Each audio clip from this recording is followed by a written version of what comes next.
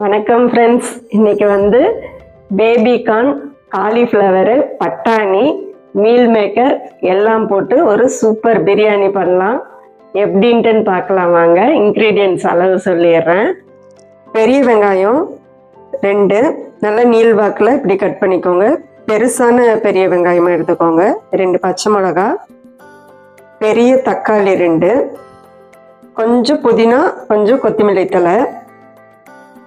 இது வந்து அரைக்கிறதுக்கு வரமிளகா 6, பூண்டு இந்த பெரிய பல்லு பூண்டா இருக்கும் பாருங்க, அது வந்து நல்ல ஒரு 15 பெரிய பல்லு பூண்டு தட்டி வச்சிருக்கேன். கிராம்பு 4, பட்டை இந்த அளவு, சோம்பு 1 ஸ்பூனு. இந்த ஸ்பூனில் 5 ஸ்பூன் எண்ணெய் ஊற்றியிருக்கேன். நீங்கள் நெய் இருந்தாலும் 1 ஸ்பூன் ஊற்றிக்கோங்க, நல்ல ஒரு டேஸ்ட் இருக்கும். ஆயில் வந்து நான் கடலை எண்ணெய் தான் ஊற்றியிருக்கேன். நீங்கள் கடலை எண்ணெய் 1 ஸ்பூன் கம்மி பண்ணிட்டு கூட நெய் ஊற்றிக்கலாம். எண்ணெய் நல்லா காஞ்சிருச்சு. இப்போ இந்த தாளிப்பு போட்டுக்கலாம். வெங்காயம் போட்டுக்கலாம். எல்லாம் 1 by 1 போட்டுக்கலாம். பச்சை மிளகாய் வந்து நல்லா இப்படி கட் பண்ணி கீறி விட்டு நீட்டை வாக்கில் கீறி விட்டுட்டு போடுங்க, இல்லாட்டி தெரிக்கும்.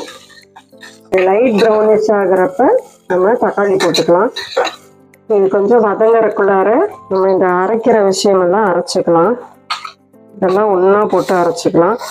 நீங்கள் சப்போஸ் வரமிளகாய் தூள் இருந்தால் கூட இது வரமிளகாய் போடாமல் தூள் கூட ஆட் பண்ணிக்கலாம், அதுவும் ஒரு நல்ல டேஸ்ட் கொடுக்கும். இது வந்து முடிஞ்ச வரைக்கும் நல்லா நைஸாக அரைச்சிக்கலாம். இது பாருங்கள், லைட்டாக வந்து இந்த ப்ரௌனிஷ் ஆக ஸ்டார்ட் ஆகுது. நம்ம இப்போ தக்காளி போட்டுக்கலாம். தக்காளி கொஞ்சம் அதிகமாக தான் போட்டிருக்கிறேன்.